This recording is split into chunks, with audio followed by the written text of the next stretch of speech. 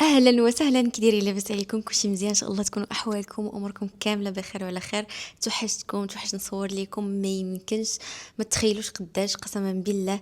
اليوم حسيت براسي صافا وانا نقول عرفتوا والله نطلع نصور فيديو يوتيوب وغادي نحاول ندير ليه المونتاج ونحطه دابا. دونك الا شتي هذا الفيديو يعني راه تصور في نفس النهار، تحط في نفس النهار. حتى الفكره جاتني في نفس النهار. اختاريت انني نجاوب على 20 سؤال من انستغرام عشوائيا بلا ما نختارهم، اللي ممكن تلقاي فيهم راسك وممكن يكون السؤال ديالك هذاك. دونك نبداو على بركه الله. غادي نبداو باول سؤال. كيف قلت لكم راه غادي نختارهم عشوائيا، ما غاديش نعزلهم. عرفتوا راه قلت لكم راه الاسئله اولا لي ميساج راه ما يمكنش انا كندوز سؤال ورا سؤال وسؤال صعب من سؤال. كنحس براسي بحال شي امتحان والله. كنحاول يا اما نخفف عليك يا اما نعطيك تجربتي، الملخص ديال داكشي اللي ديجا دزت منه، اللي ما بغيتش دوزي منه اولا داكشي اللي غادي نبغي ننصحك به. دونك هنا السؤال عندنا: علاش فاش كتبغي تشدي طريق الله وتلتزمي كتكرهي راسك وكتحسي بالملل وبلي عمرك غادي تكوني مرتاحه؟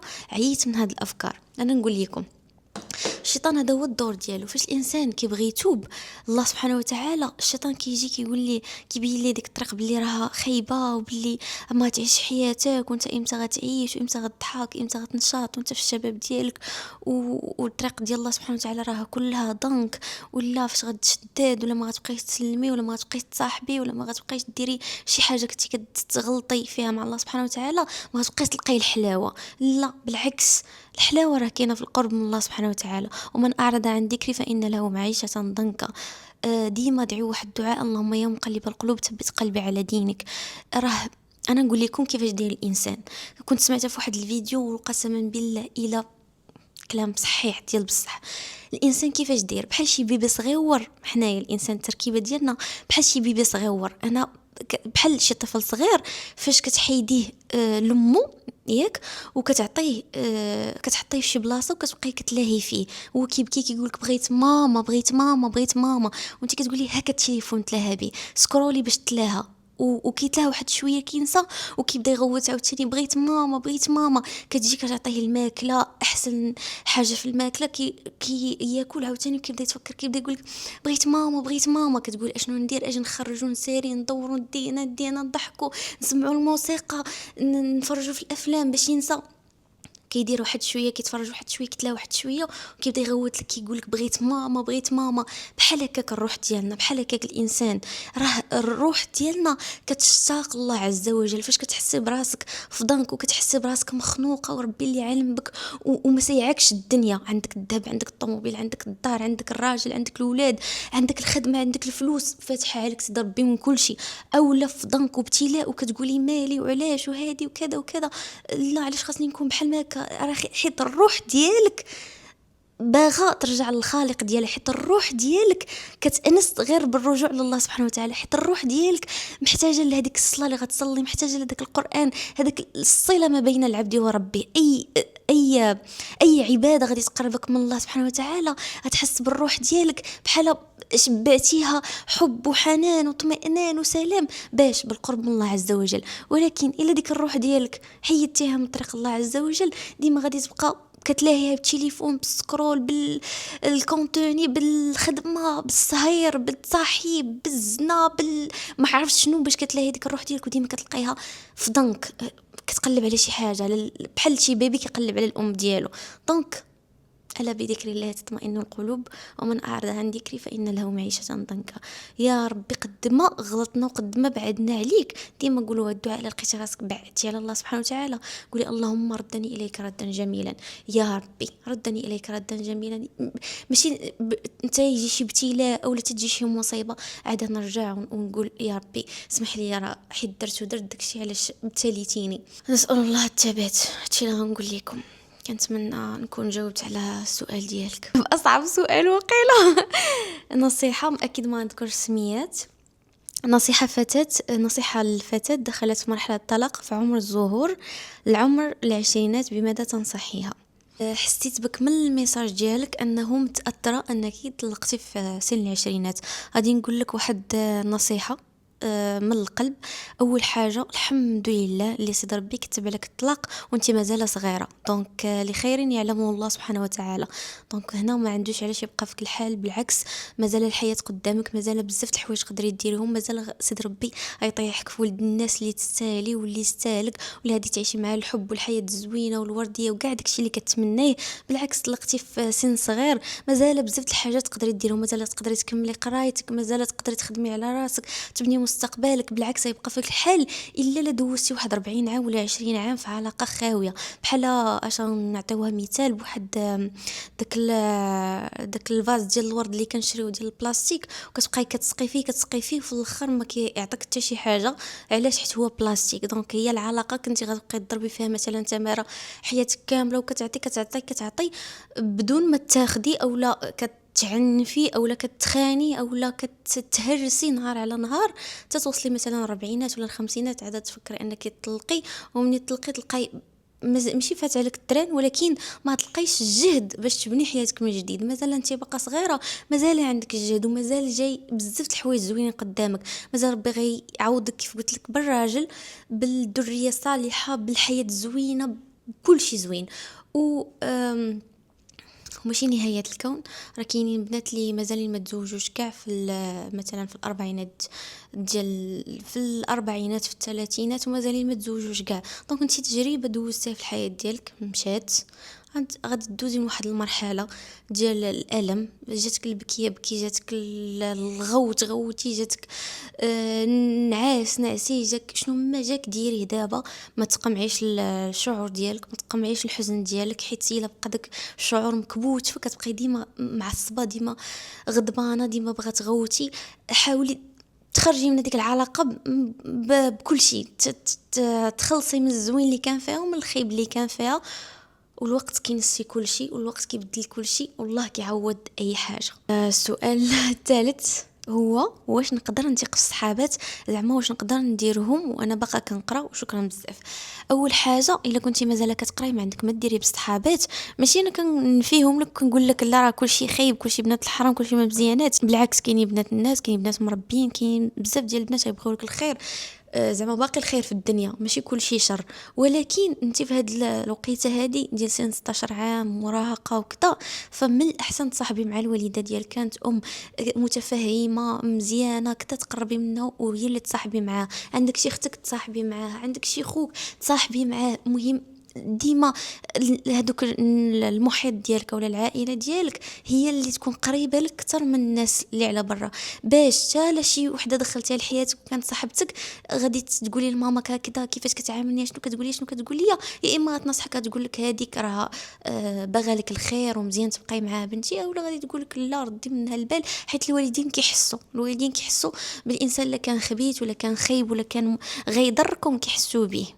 ندوزو السؤال الاخر، كيف عملتي حتى تحررتي من ديك التروما كامل اللي عندك؟ حيت كنشوفك واحد الانسانه اللي قويه من برا ولكن من الداخل. شوفوا انا قد ما قويه، قد ما كنبان قويه، قد ما سونسيبل بزاف بزاف بزاف بزاف بزاف. عرفتي كلمه كضرني، كلمه ما كدوزش بالسهل، غير شي واحد اللي هضر معايا بشي اسلوب ما هواش، غير جهدتي عليا صوتك، غير لا النبره ديالك كانت ما هياش معايا كضرني. ما يمكنش حل سونسيبل بقدر ما انا قويه، بقدر ما انا سونسيبل. شوفوا كاع الناس اللي كنشوفوهم كتقولي هذا راه واو، راه شي حاجه ما تهرسو حتى حاجه ما تهزو، بالعكس هذاك هو اللي كيكون قلبو فريمون هشيش ودغيا كيضر، ودغيا عرفتو راه ما يمكنش دغيا كنضر. وصراحه واش تشافيت من التروما كامل اللي عندي؟ اكيد نو، ما عمرك ما كتشافي 100%. وانا اصلا يلاه بديت في الثيرابي، يلاه بديت في العلاج. دونك مازال بزاف ديال العقد عندي، مازال بزاف ديال الحاجات كنتعالج منهم، مازال بزاف ديال الحاجات كنقرا عليهم، مازال فريمون كنعاني من لا ديبرسيون، اكتئاب الموسمي قهرني. ولكن الحمد لله المؤمن مبتلى، هادشي اللي كنقول ديما كنصبر راسي، هذه دنيا ودايزه. دونك الانسان الحمد لله اللي كيبتلينا الله سبحانه وتعالى. بانوا لي انا جوج اسئله كيشبهوا لبعضياتهم. اول سؤال، واش مازالك ملتزمه بسوره البقره؟ اللي للاسف ما بقيتش ملتزمه بها من داك النهار فاش عاودت ولات كتجيني ثقيله بزاف. ونقدر نقول لكم من شهر 11 فاش عاود لكم داك الفيديو لدابا قريتها شي 2 مرات. قسما بالله، حيت ما كنتش محصنه راسي. فهمتوا؟ في الانسان راه اللي كيصلي الفجر راه الا بقيتي كتقول انا كنصلي الفجر وكذا وهذه كتعين فيه، حيت هو توفيق من الله عز وجل. ما كيوفقش الفجر اي واحد، ما كيوفقش سوره البقره وحفظ القران ولا قراءه القران اي واحد. دونك هو رزق، والرزق الانسان كيتعين فيه. دونك انا كنقول باللي ما كنتش محصنه راسي. دونك بعد الحمد لله مني بنات بزاف تاثروا بالفيديو ولاو كيقراو سوره البقره، هذاك هو الفضل. وان شاء الله دعيو معايا حتى انا نعاود نرجع نقرا سوره البقره، حيت فريمون هي الدواء. حكي لنا على سوره البقره وقيام الليل. صراحه انا ماشي من الناس اللي موفقين لقيام الليل، وسوره البقره نقدر نهضر لكم عليها بكل حب. سوره البقره، سوره البقره هي الدواء، هي داك الساروت لداك البيبان كاملين اللي مسدودين اللي ما كيبغيوش يتحلوا. سورة البقرة هي المفتاح ديالهم. سورة البقرة هي حصن من العين، من الحسد، من السحر، من كل شيء. سورة البقرة هي طي السنين. كتعرفي شنو هي طي السنين؟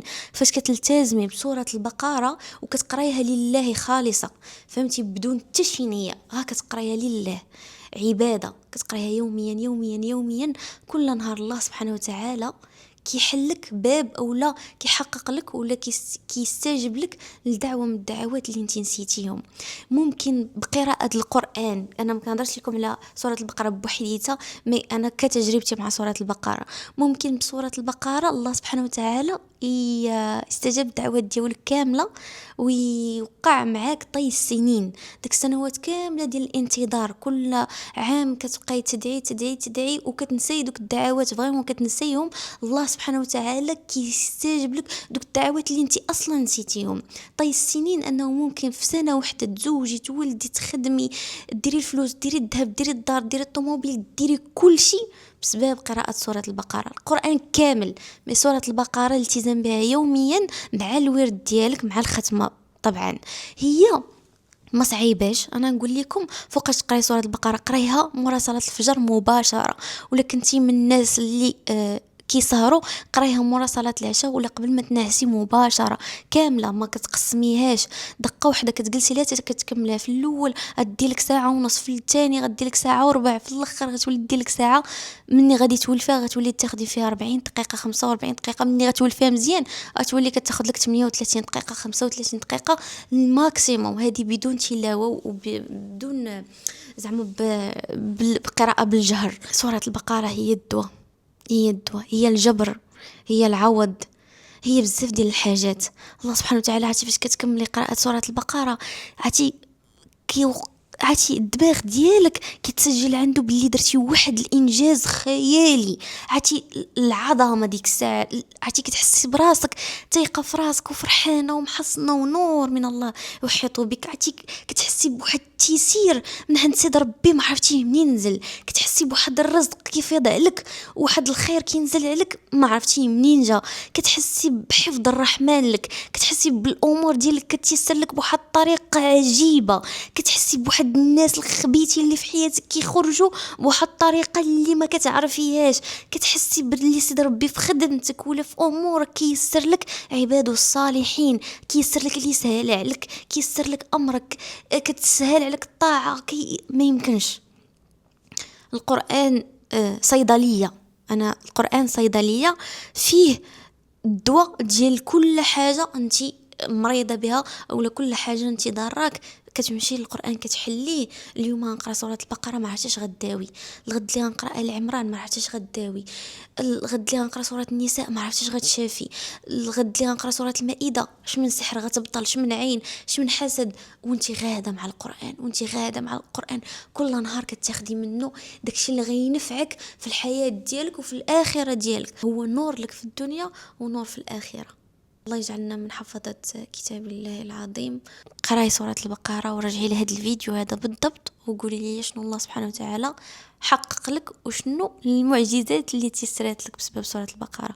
والناس اللي ديجا جربوها قولوا لنا في لي كومونتير شنو البيبان اللي تحلوا لكم، شنو الحوايج اللي تحققوا لكم، شنو الاحلام الاهداف، شنو البيبان اللي تيسرات لكم، شنو اكثر قرار في حياتك كتحسي انه بدل حياتك.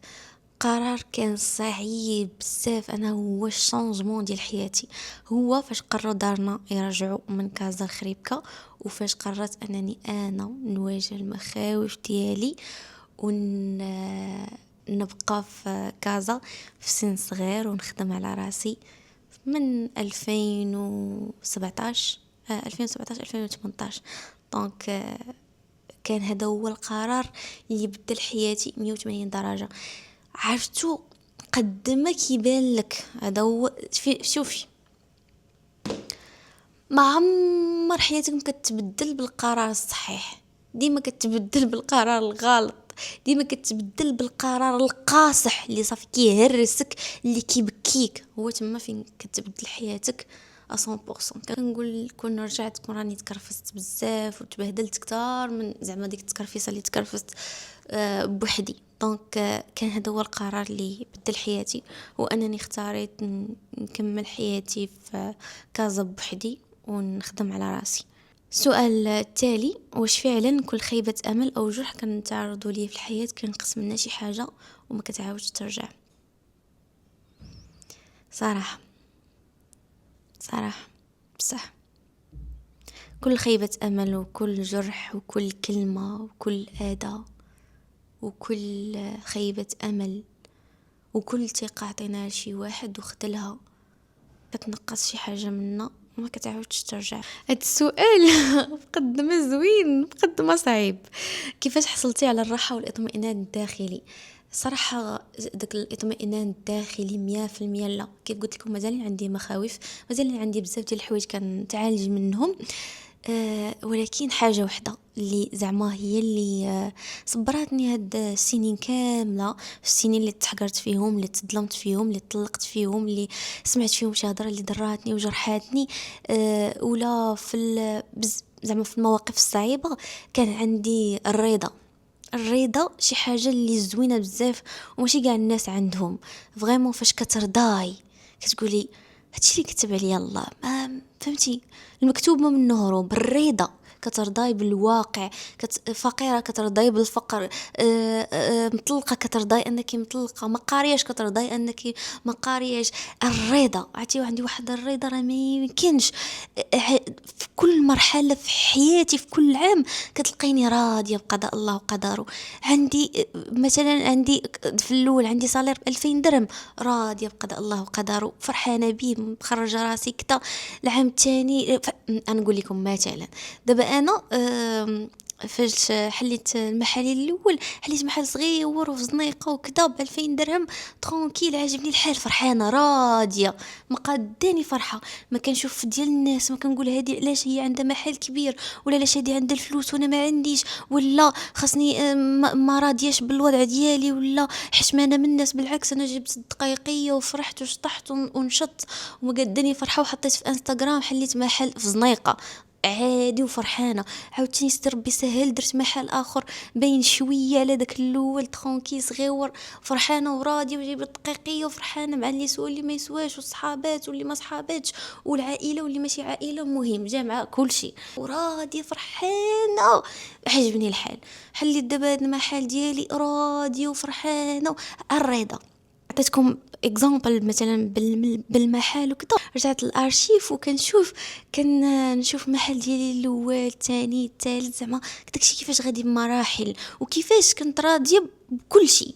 يعني تف زعما عطيتكم غير اكزامبل. دونك حتى فاش كنت مزوجه كان عندي مشاكل، المهم راضيه مع راسي، متراضيه مع راسي، طلقت راضيه بالطلاق، ولاد حملت راضيه بالحمله اللي عطاني سيدي ربي، اجهضت راضيه بالاجهاض اللي عطاني سيدي ربي.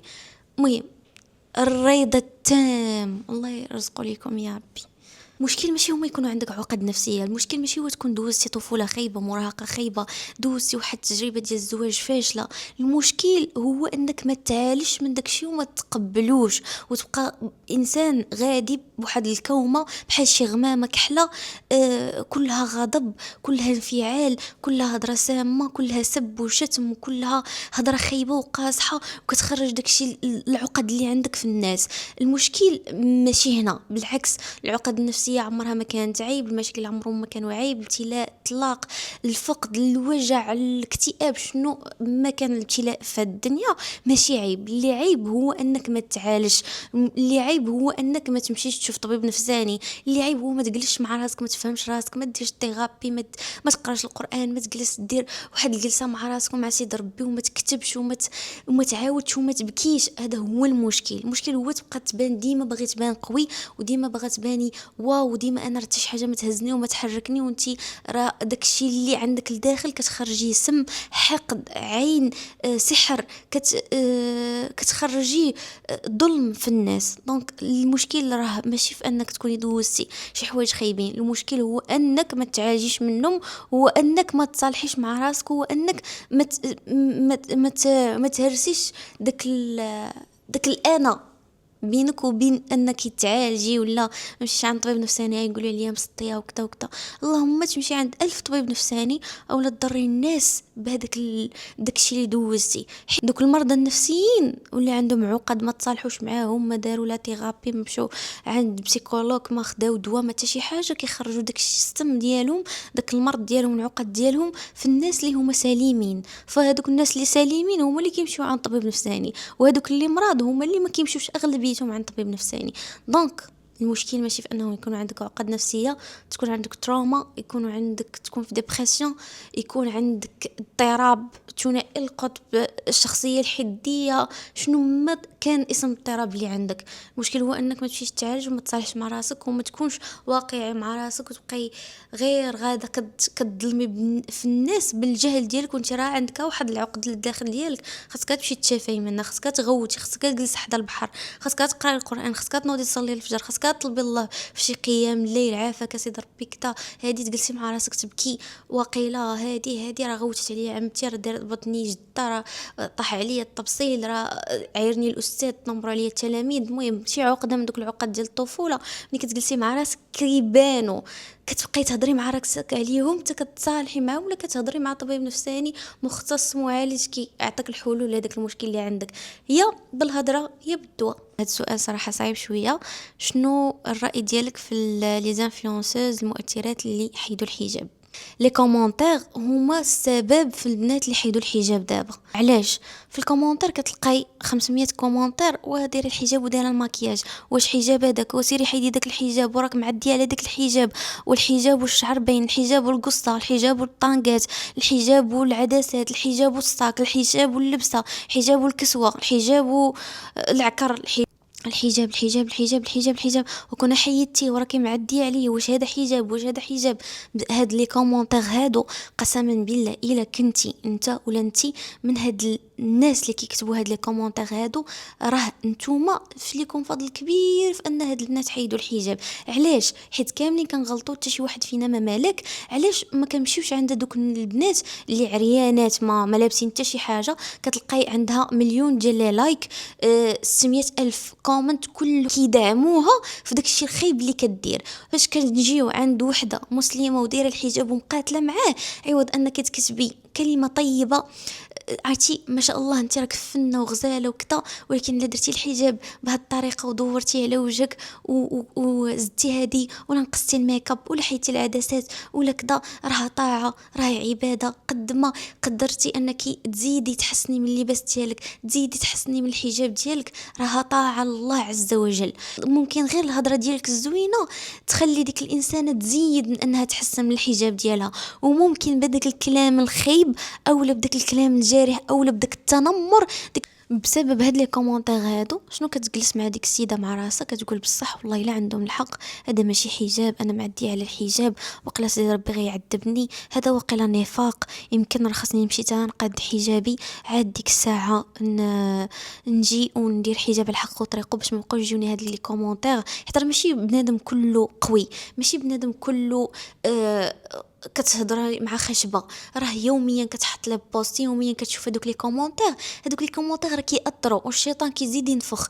بصح والله الا قالوا لك الحق، هذا ماشي حجاب، راكي معديه على الحجاب، راكي منافقه، حيديه تا ديك الساعه يهديك سيد ربي ورجعي الحجاب ديالك، وديك الساعه ديري حجاب على حق وطريقه. والشيطان كيبقى غادي معاها، انت ديري حيدي بيني شويه قصيصه، شويه تيربون، شويه شابو، شويه زويف، شويه نايفيه، شويه كتحيد كلشي وكتجي السلام عليكم انا حيدت الحجاب.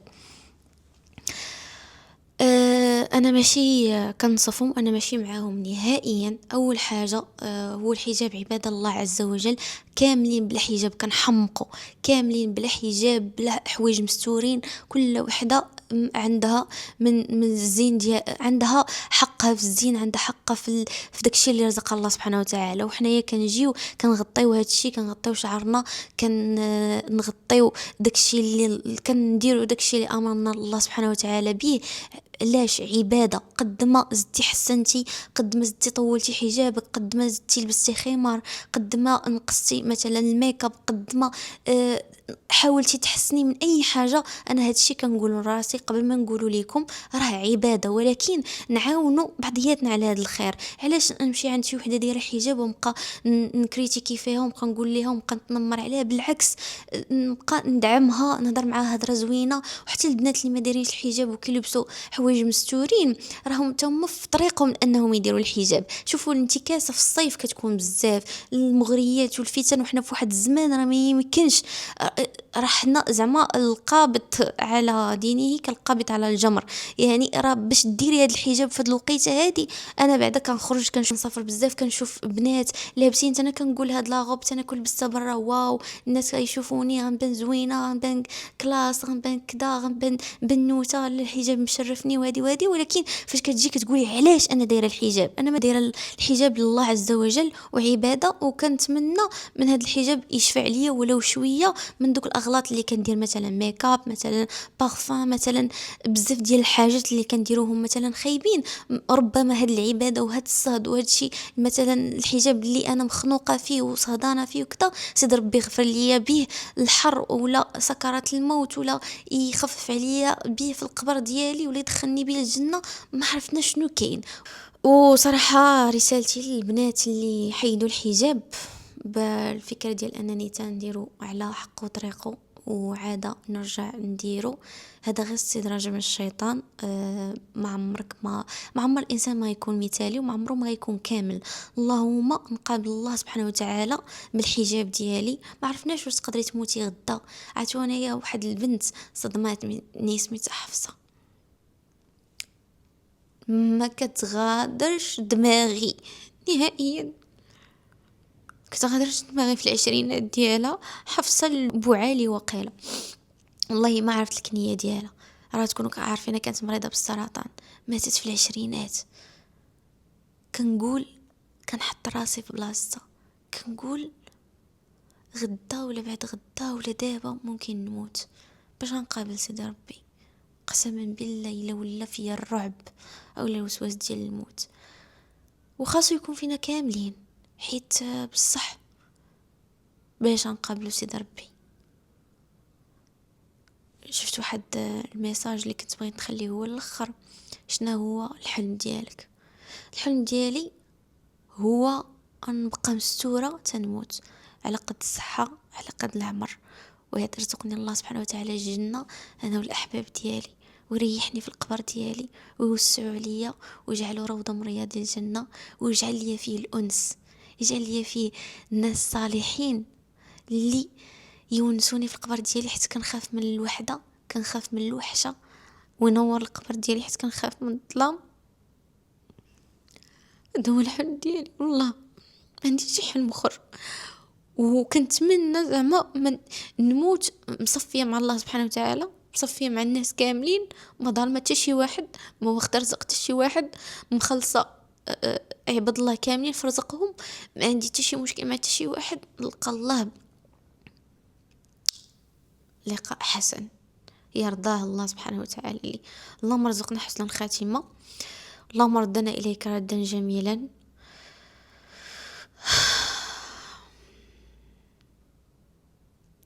وحد الدعاء ديما اقولوه: يا ربي لا تأخذني ولا تقبض روحي إلا وأنت راض عني.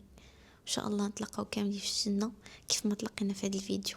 عافاكم، ما تظلموش، ما تحقروش، ما تقولوش كلام خايب، ما تنافقوش، ما تضروش الناس. أهم حاجة ما تضروش الناس. بينك وبين الله، الله سبحانه وتعالى كيغفروا، ولكن ما بين العبد والعبد كيغفروش الله إلا لا سمح لك داك الإنسان. تهلاو في راسكم، تلقاو شي فيديو آخر. خليو لي في الكومنت شنو لي فيديو اللي بغيتو نهضروا عليهم، شنو المواضيع اللي بغيتو نناقشوهم. وصافي هادشي اللي كاين. باي باي.